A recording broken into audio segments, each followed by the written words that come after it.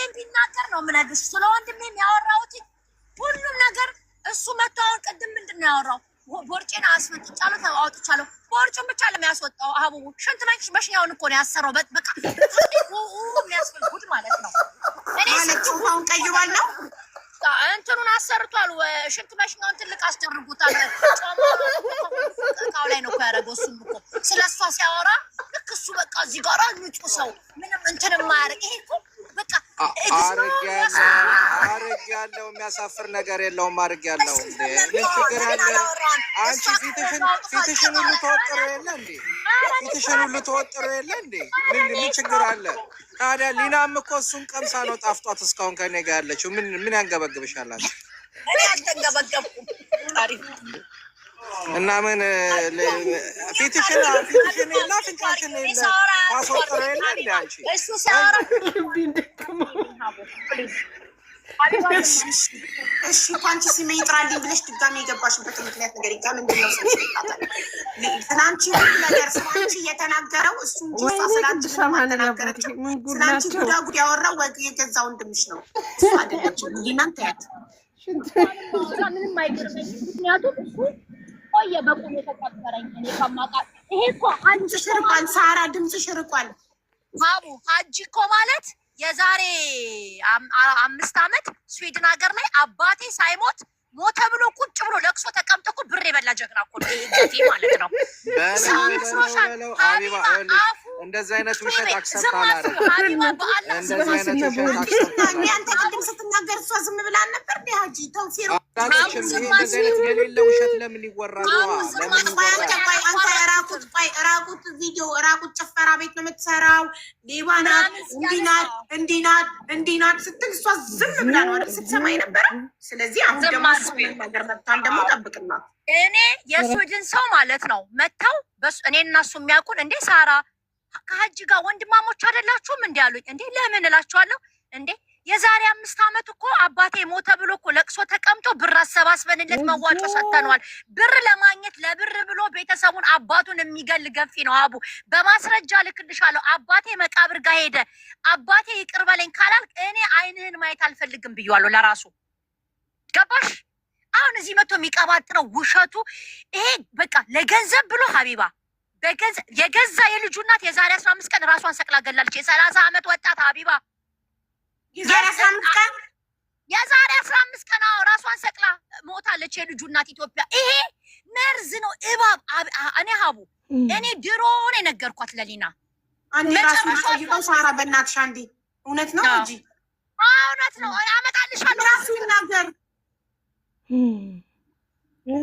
ራሷን ሰቅላ ነው የገደለችው በሱ ምክንያት። አንዴ ሳራ በማይሞት አንዴ ሳራ የሞተችበት ምክንያት ልጄ አሳብዷት፣ ልጄ በጥብጧት እናዳ ነው ያደረገችው። ለዛ ደግሞ ቮይስ አለኝ። ይኸውልሽ በእንደዚህ አይነት ነገር ቀልድ ስለሌለ እኔ እሱ የላከችውን ቮይስ ለአሌክስ ልክለታለሁ። ቮይስ አለ እዚህ ልጅን ጠብቀው አደራ ከአቅሜ በላይ ነው የሆነው ምናምን ብላ ቮይስ ልካልን ያን በኢየሱስ ወይኔ ፈጣሪ ለእናቷ ለፖሊስ ማስረጃ ፈልገው ግን ሀቡ ለምንድን ነው ምክንያቷ ማለት ነው። ገባሽ? እህቴ የምታወራው እህቴ ብዬ እንኳን መጥራት ይደብረኛል። ስለዚህ እውነት ነው የዛሬ 15 ቀን እሷ ጤናዋን ካጣች በጣም ቆይታለች። እሺ ችግር የለውም። አንዴ ሀጂ 15 ቀን አይደለም መረወር 15 ቀን በእናትሽ አዳምጪ። ያንን ነገር ቀልድ ስለማላቅ እኔ ከልጅቷ ጋር አብራ ሚስቴ ሆና የኖረች ሴት አይደለችም። አጋጣሚ አንድ ቀን ግንኙነት የዛሬ 10 ከዛ በኋላ ልጄን የትምህርት ቤት ምናምን የከፈልኩ አስተምራለሁ። ምን እላለሁ? ቻው ገባሽ? ማገዝ ባለብኝ መንገድ አግዛለሁ ልጄን። ሲጀመር እኔ በእኔ ምክንያት ራሷን ያጠፋችው ከእኔ ጋር ባላት ችግር አለም ራሷን ያጠፋችው ራሷን ያጠፋችው በቃ ልጁ በጣም እንዳማረራት በጣም ያስቸገራት እንደሆነ እየተፈታታት እየተያያራት እንደሆነ ምናምን ትነግረኛለች። እኔ ይሄ እዚህ ጋር ፖሊስ የያዘው ለፖሊስ ማስረጃ የላኩበት ፖሊሶችን ፈልገው ወንድሞቿ እናቷ ላክልን ወደ አንተ የላከችውን ቮይስ ብለውኝ ስልኳ ላይ ምናምን ፖሊስ የያዘው የሚመረመር ጉዳይ ነው። ይኸውልሽ አዳምጪ፣ የሚመረመር ጉዳይ ነው። ስለዚህ እህቴ መታ ስለ እንደዛ አይነት ነገር የመቀባጠርም ሆነ የማውራት መብት የለም። ይሄ ከተፈጠረው የማይገናኝ ወሬ አምጥቶ እዚህ መደርደር ባወሩት ደረጃ በዋሹት ውሸት አላውቀውም። እንደዚህ ነው ሲጀመር። ለዚችም ወሬ አላቀብልም። ይችኛዋም ትመጣና አልጨረስኩም። እኔ ስጨርስ ለምን አያወራ? እኔ ስጨርስ ያወራ። ዝም ብዬ አላዳምጥ።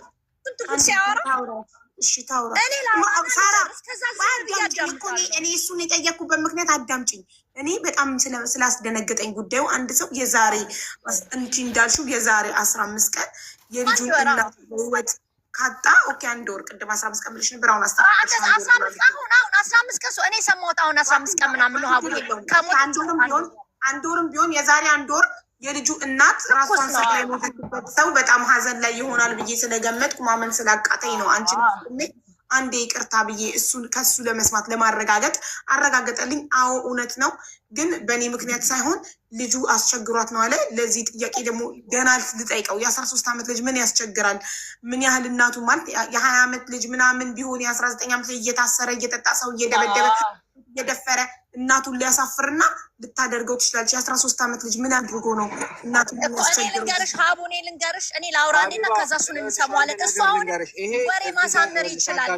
እኔ በጣም በእንደዚህ አይነት ነገር ላይ የማውራት መብት የላትም። ይሄ ምክንያቱም ራሴን በጣም ስሜቴን የነካ ነገር የማይሆን ነገር ነው ያወራችው። መብት የለሽም። እንዳንቺ አይነት ቆሻሻ ሸርሙጣ የማውራት መብት የለውም። ቆይ ሳራ ሀጂ አንተ እሷ ራቁት ጭፈራ ቤት እንደምትሰራ ስትናገር መብት አለክ። እሷ ደግሞ ስለአንተ ስታወራ መብት የላትም። ይሄማ ፌር አይደለም። አንተ እኮ እንደፈለግ ሊሚት ለሰውነክ የፈለግከውን ነገር አውርተካል። ስለሷ ራቁት ጭፈራ ቤት እንደምትሰራ ከነስሙ ከምትሰራበት ጭፈራ ቤት ስም ሳይቀር ቀጠቅጠህ ተናግረሃል። እሷም የመናገር መብት አላት አንተም ስለተናገርክ። ሂጂ ሳራ ቀጥይ። እሺ የልጁ እናት ልጁ እንደነገርኩሽ ነው። በጣም ቅድም ጋዝ ላይት ያደርጋል ያልኩሽ ይሄንን ነው ያሳም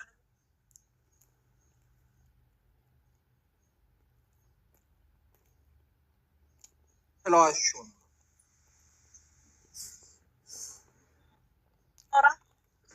እሺ አውሪ። ሶስት ራስ ማጌት ሙታታ ትክፈቱ። አንዱ ሳይጨርስ አንዱ አይክፈቱ። ሚውት እንዴ እኔ ልጅ ጠብቄ ዝም ብዬ ነው የምጠብቀው። በመሀል እየገባብኝ እኮ ነው እሱ ሀቡ ሊያስወራኝ እኮ አልቻለም። እና አሁን ይሄ ወንድሜ ተብዬው ማለት ነው። ወንድሜ እንኳን አልለውም፣ ግን ሀጂ ብለን ሌባው ብለን እንጥረው ሀጂ እንበለው። ችግር የለም። ሀጂ ጋር ሌባው እንዳትይ ሀጂ ማለት ነው። ልጆቹ ሶስት ልጆች ወልዶ ጥሏል በየቦታው ኃላፊነት የማይሰማው ስለ ልጆቹ እዚህ መጥቶ ብሩን የሚበትን ገንዘቡን የሚበትን እኛ ነን ያሳደግንለት ልጆቹን። እኔ ሳራ ነው ማስተምርለት፣ እኔ ነኝ ያለበስኩለት። አባቱም እኔ እንግዲህ አስቢ የቤቱ የመጨረሻ ልጅ ነኝ ሀቢባ። እሱ የ4 ዓመት ታላቄ ነው። ኢማጅን ከላይ ሄጄ እስከ ቤቱ የመጀመሪያ ልጅ እስከ እናቴ አባቴ እስቲል ነው እኔ ነኝ ማግዛቸው። እስቲል ነው እኔ ነኝ የማስተዳድረው የነበረው። የልጁ እናት አንዴ ይረዳታል፣ አንዴ አይረዳትም፣ አንዴ ይረዳታል፣ አንዴ ያለውልሽ ይላል፣ አንዴ ያስተምራለሁ ይላል። አሁን የዛሬ ዓመት ራሱ የዓመት ትምህርት ቤት አልከፍልልሽም የራስሽ ጉዳይ ብሎ ጀርመን ያለው ወንድሜ ነው የዓመት የከፈለለት ትምህርት ቤት። እሱን ማስረጃ ማምጣት እችላለሁ ከፈለግሽ ማለት ነው። ገባሽ? እኔ ነኝ ብሩን ያስገባሁለት። እኔ ነኝ ማስረጃ አለኝ። እኔ ነኝ ለሱ ብሩን ያስገባሁ እና ወንድሜ ማስረጃ አለኝ። እኛ ነን ያስገባ ነው፣ እኛ ነን የምንረዳው። እናቱ ምርር ብሏት አንዴ ተስፋ ይሰጣታል፣ አንዴ ያለውልሽ ይላታል፣ አንዴ የለውልሽም ይላታል። እኔ ስንቴ ነግሬዋለሁ፣ ስዊድን ሀገር ውሰደው፣ ስዊድን ለልጅ ያዝናሉ፣ ልጅህ ጥሩ ሆኖ ያድጋል። ጀርመን ያለው ወንድሜ እንዳረገው ማለት ነው። ጀርመን ያለው ወንድሜ እኔ ነኝ ያመጣሁት። 2 ልጆቹን ወሰደ ቀጥ ለጣርጎ አሁን ዜግነት ወስደው ከሱ በኋላ የመጣ ማለት ነው። ቅብርር ብሎ ነው የሚኖሩ ልጆቹ እንደ ጀርመን እያደጉ። እንደሱ ሆነ እንደሱ አርግ። እኔ ለዚህ ነው የለፋሁት፣ ለዚህ ነው ይሄን ሁሉ ዋጋ የከፈልኩት። ልጅነቴን ሳልኖር ህይወቴን ሳልኖር ከማልፈልገው ሰው ትዳር ይዤ ለነሱ ብዬ ገባሽ? ለጥቅም ለገንዘብ ብዬ ማለት ነው። ገባሽ?